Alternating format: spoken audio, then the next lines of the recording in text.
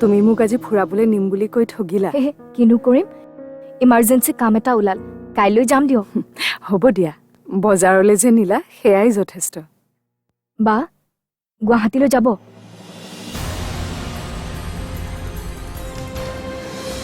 কি হ'ল, আকৌ কি চিন্তা কৰি আছ তই? ভাবিছো অকল পুলিচক ভৰসা কৰি থকাটো উচিত নহ'ব।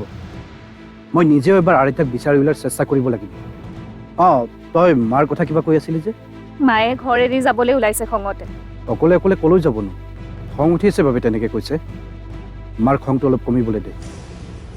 3 দিন সময় দিছোঁ, 3 দিনৰ ভিতৰত ঘৰ খালাচ কৰি দিবা। সেই ঘৰটো আপোনাৰ কেতিয়াৰ পৰা হ'ল? এইটোতো আৰিধাৰে ঘৰ। সেইটো মোৰ ঘৰ, দৰকাৰ হ'লে কাগজ পত্ৰ চাব পাৰা। কাগজে পত্ৰে সেই ঘৰটো মোৰ নামতে আছে এতিয়াও। সেই কাগজ পত্ৰটো জালিও হ'ব পাৰে। আপোনাক কেনেকৈ মই বিশ্বাস কৰিম? চাৰিওফালৰ পৰাই মই সুখী আছিলোঁ। মোৰ এনেকুৱা লাগিছিল মোতকৈ আৰু ভাগ্যৱতী নাৰী কোনোৱেই নাই। হয়তো মোৰ নিজৰে নজৰ লাগিল নেকি মোৰ সুখবোৰৰ ওপৰত।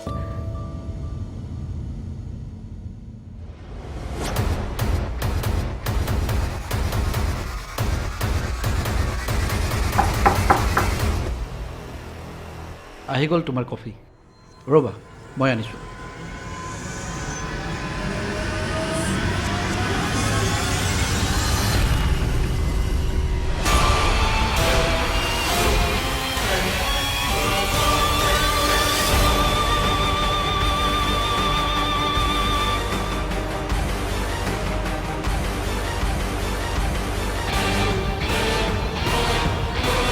কি হ'ল, আনা আকৌ।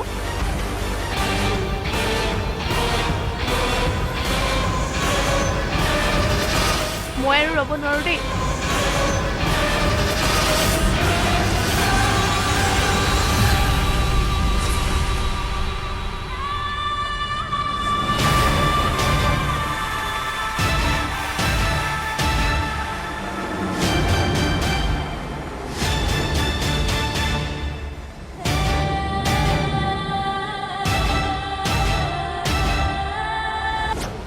বহুত সহ্য কৰিছিলোঁ মই, কিন্তু অৱশেষত মোৰো সহ্যৰ সীমা হেৰাই গ'ল। যেতিয়া মোৰ চৰিত্ৰৰ ওপৰত প্ৰশ্ন তোলা হৈছিল। তোমাৰ আগতে শান্তনুৰ লগত সম্পৰ্ক আছিল। তোমাক শান্তনুৱে অফিচলৈ অনা নিয়া কৰিছিল। সকলো দেখিও নেদেখাৰ ভাও জুৰি আছিলোঁ, কাৰণ তেতিয়া তুমি বাধ্যত পৰি এইখন ঘৰত আছিলা। কিন্তু তুমিতো এতিয়া স্বইচ্ছাই অনিৰুদ্ধৰ ওচৰলৈ আহিছা। তাৰ পিছতো কিয় এই অবৈধ সম্পৰ্ক?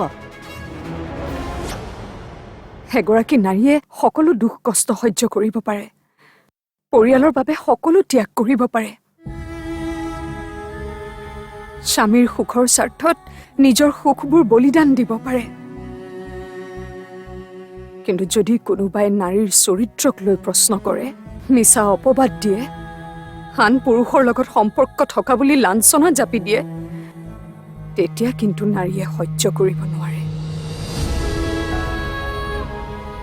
মানুহটো বাদেই দিয়া, দেৱ দেৱীয়েও সহ্য কৰিব পৰা নাছিল। দেৱী সীতাইও এই লাঞ্ছনা সহ্য কৰিব নোৱাৰি ৰামচন্দ্ৰক এৰি গৈছিল। মইতো মানুহহে। সেই সময়ত মোৰ একেবাৰে জীয়াই থাকিব ইচ্ছা নাছিল। এনেকুৱা লাগিছিল যেন মই নিজকে শেষ কৰি পেলাম। কিন্তু জানো কিয় মই সেই কাম কৰিব নোৱাৰিলোঁ। কিবা এটা শক্তিয়ে যেন মোক ৰখালে। কিন্তু মই পিছত উপলব্ধি কৰিলোঁ, মই যদি মৰি গ'লোহেঁতেন সমাজলৈ এটা বেয়া উদাহৰণ গ'লহেঁতেন। মোৰ দৰে ভুক্তভোগী নাৰীবোৰে ভাবিলেহেঁতেন যে সমস্যাবোৰৰ পৰা পৰিত্ৰাণ পাবলৈ মৃত্যুৱে একমাত্ৰ উপায়।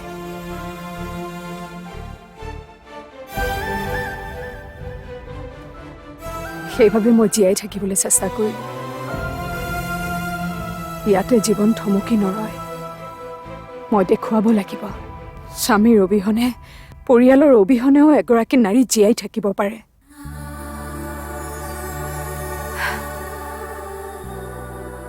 কিন্তু এয়া ইমান সহজো নহয়। মই জীয়াই থাকিবলৈ চেষ্টাহে কৰি আছো, কিন্তু জীৱন জীয়াব পৰা নাই।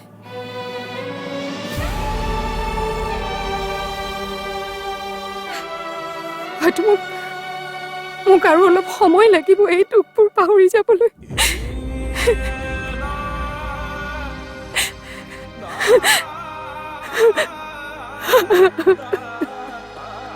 বা এনেকে নাকান্দিবচোন, এনেকৈ কান্দিলে মোৰ বৰ দুখ লাগে।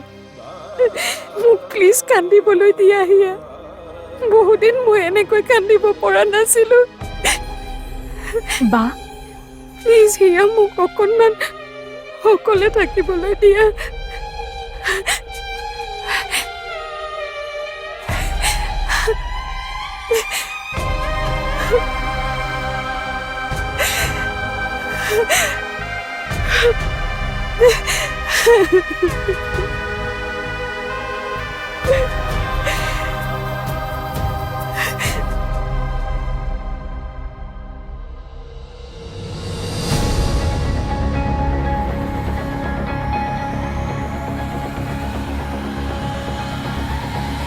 চাওক, কথাটো এনেকুৱা আছিল যে সেইদিনা ৰাস্তাত এগৰাকী তিৰোতাই চিঞৰ বাখৰ কৰিছিল তেওঁক কোনোবাই মাৰধৰ কৰা বুলি, আৰু মানুহৰ ভিৰ লাগি গৈছিল। এইবোৰ কথা আপুনি মোক কিয় শুনাই আছে? মই আৰাধ্যাৰ কথা জানিব বিচাৰিছো।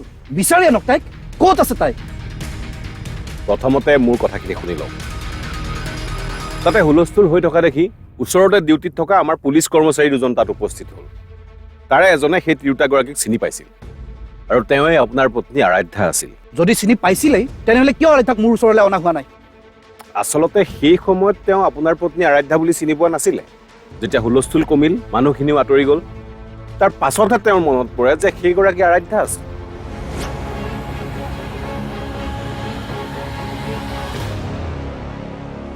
আৰাধ্যাৰ সন্ধান পোৱাৰ ফূৰ্তিত মই এই কথাটো মনেই দিয়া নাছিল। আৰাধ্যাক কোনে মাৰিবলৈ চেষ্টা কৰিছিল, আৰু কিয়? এনেকুৱা কোন শত্ৰু আছে আৰাধ্যাৰ যাৰ বাবে তাইক? ৰহস্যটো কি? নাই, মই আৰাধ্যাক বিচাৰি উলিয়াবই লাগিব।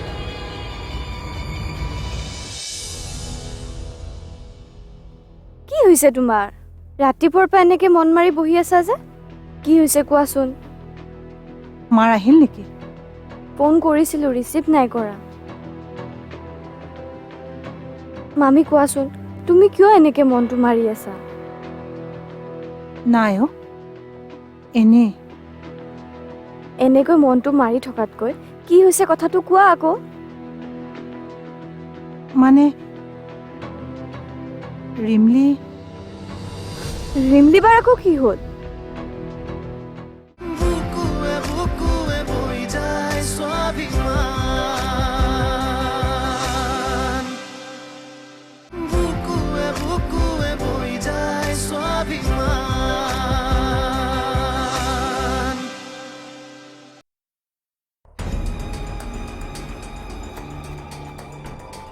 হঠাৎ এই আৰাধ্যাজনী ক'ৰ পৰা আহি ওলাল? কেনেকৈ সম্ভৱ হ'ব পাৰে এয়া?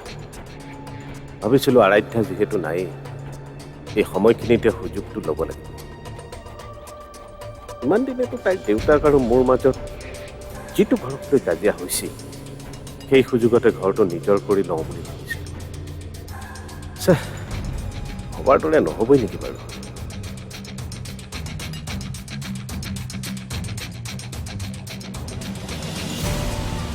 ভাগ্যই বেয়া মোৰ, খেলি মেলিয়েই হ'ব যেন লাগিছে।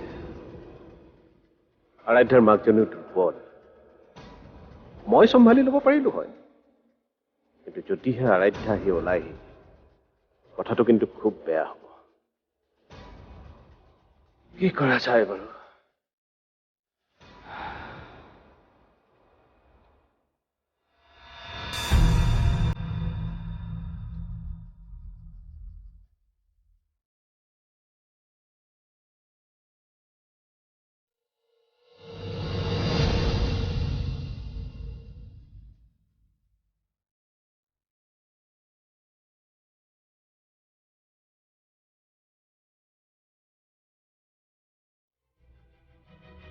মামী,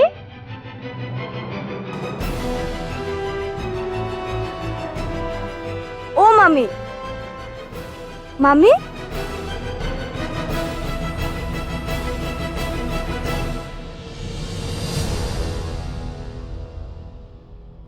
কি হৈছে তোমাৰ ৰাতিপুৱাৰ পৰা এনেকে মন মাৰি বহি আছা যে কি হৈছে কোৱাচোন মাৰ আহিল নেকি ফোন কৰিছিলো ৰিচিভ নাই কৰা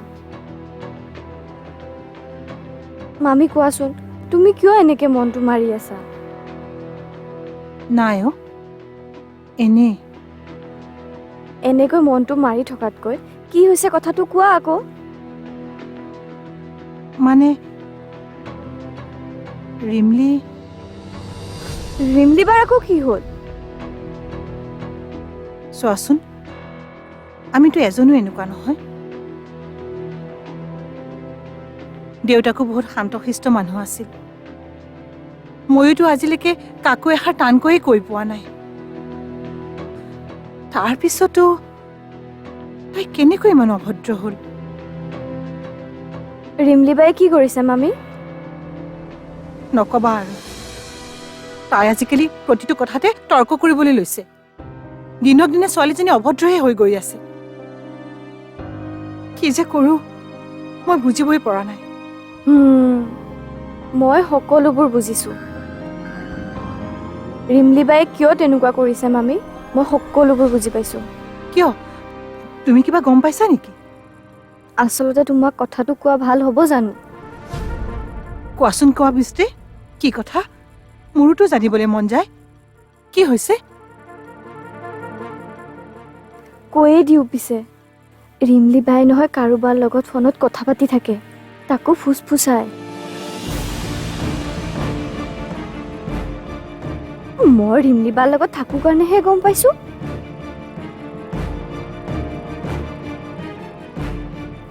তাই আচলতে কাৰোবাৰ প্ৰেমত পৰিছে সেইকাৰণে এনেকে থাকে তাই ল'ৰাজনৰ সংগত পৰিয়ে চাগে তাই তেনেকুৱা হৈছে নহ'লেতো আমাৰ ঘৰৰ সংস্কাৰ তেনেকুৱা নহয় সেইবোৰ চব ল'ৰাজনৰ সংস্কাৰে হ'ব লাগিব মোৰতো তেনেকুৱাই লাগিছে মামী অলপ সাৱধান হ'বা কিন্তু যিটো হাৰত তাই ফোনত কথা পাতিব ধৰিছে মোৰ মতেতো দুদিনমান পিছত চাগে তাই পলাই যাব ক'ৰ ল'ৰা কি কৰে ল'ৰাটো নিশ্চয় ভাল নহ'ব সেইকাৰণে তাইৰ স্বভাৱ চৰিত্ৰ দিনে দিনে সলনি হৈ গৈ আছে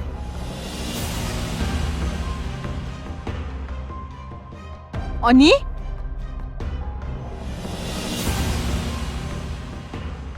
ইয়াকৈ একো লাভ নাই যি কৰিব লাগে ময়ে কৰিব লাগিব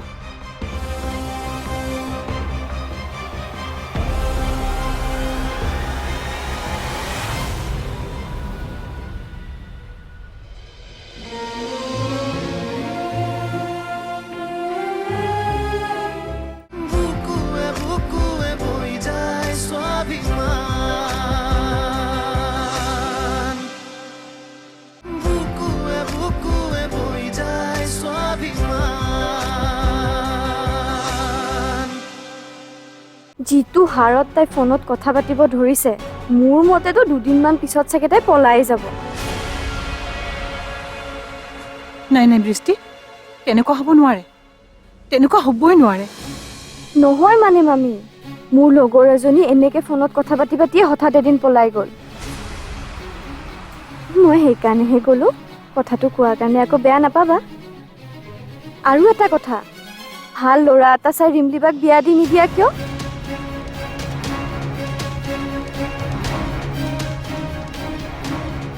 ময়ো তাকেই ভাবিছোঁ এইজনীক আৰু ঘৰত ৰখা ভাল নহ'ব তাক বিয়া দি দিয়েই ভাল হ'ব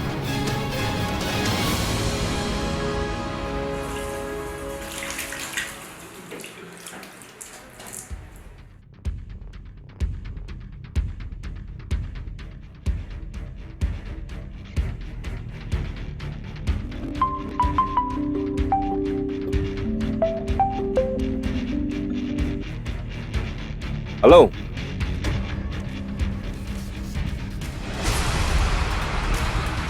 কি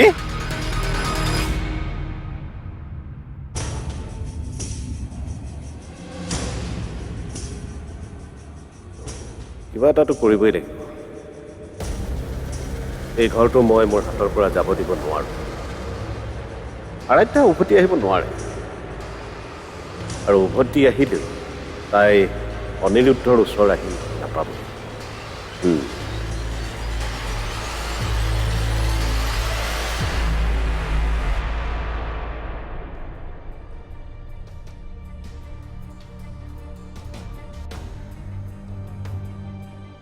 অনি, তই ৰিমৰিৰ লগত কথা পাতিব লাগিব। ককায়েক হিচাপে এইটোৰ দায়িত্ব। অনি, অনি, শুনিছনে তই? মই যিটো কিবা এটা কৈ আছো। মা, মই ব্যস্ত আছো, পিছত কথা পাতিম দিয়া। কিহত ব্যস্ত আছ তই? তই দেখোন এনেহে বহি আছ। বহি কিবা চিন্তা কৰি আছো। তই যিয়ে চিন্তা নকৰ কিয়, মই কোৱা কথাটো বেছি জৰুৰী। পিছত যেতিয়া তাই নাক কাণ কাটিব সকলোৰে, তেতিয়া গম পাবি। ক'ৰ ল'ৰা কি কৰে, ল'ৰাটো নিশ্চয় ভাল নহ'ব। সেইকাৰণে তাইৰ স্বভাৱ চৰিত্ৰ দিনে দিনে সলনি হৈ গৈ আছে।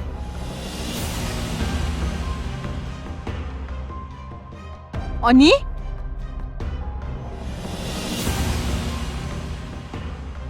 ইয়াককৈ একো লাভ নাই। যি কৰিব লাগে ময়ে কৰিব লাগিব।